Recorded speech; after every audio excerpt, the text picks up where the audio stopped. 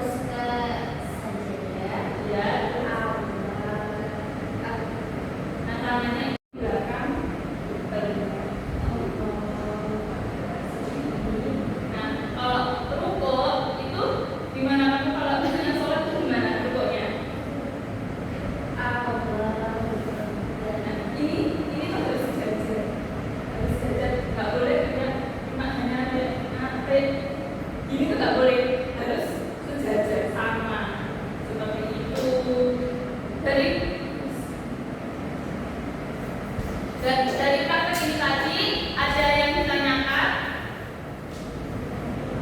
Ya. Ini ada penambahan materi. Silakan nanti dilihat di video ya. Tadi kan sudah praktek. Nah sekarang lihat materi. Ada satu sisi.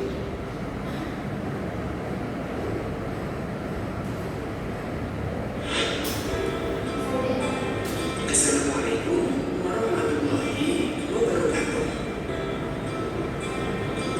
Tahukah kamu bahwa sholat itu tiang agama? Untuk itu bagi umat Islam, sholat itu hukumnya wajib. Sholat merupakan rukun Islam yang kedua setelah mengucapkan dua kalimat syahadat. Nah, sudahkah kamu melakukan sholat dengan benar? Ayo, sekarang kita belajar bab tentang sholat. Benar tidak sholat?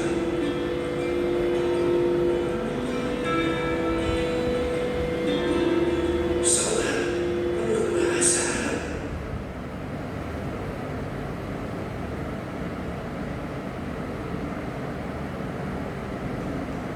sholat hukumnya fardu ain.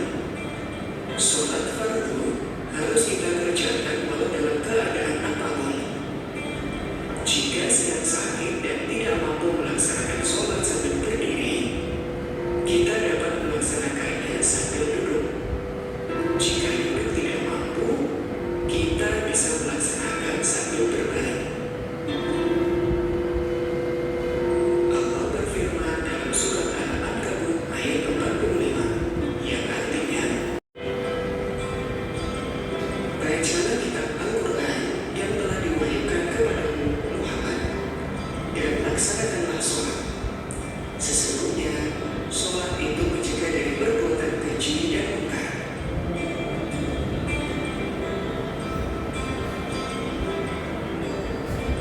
Pada hari kiamat, sholat merupakan amalan yang pertama kali dihisab dan dimintai pertanggungjawaban.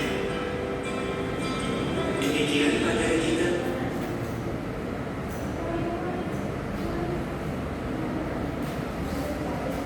Yang dari materi yang di atas ada yang ditanyakan? Ada yang belum mengerti? Sudah paham, sudah mengerti?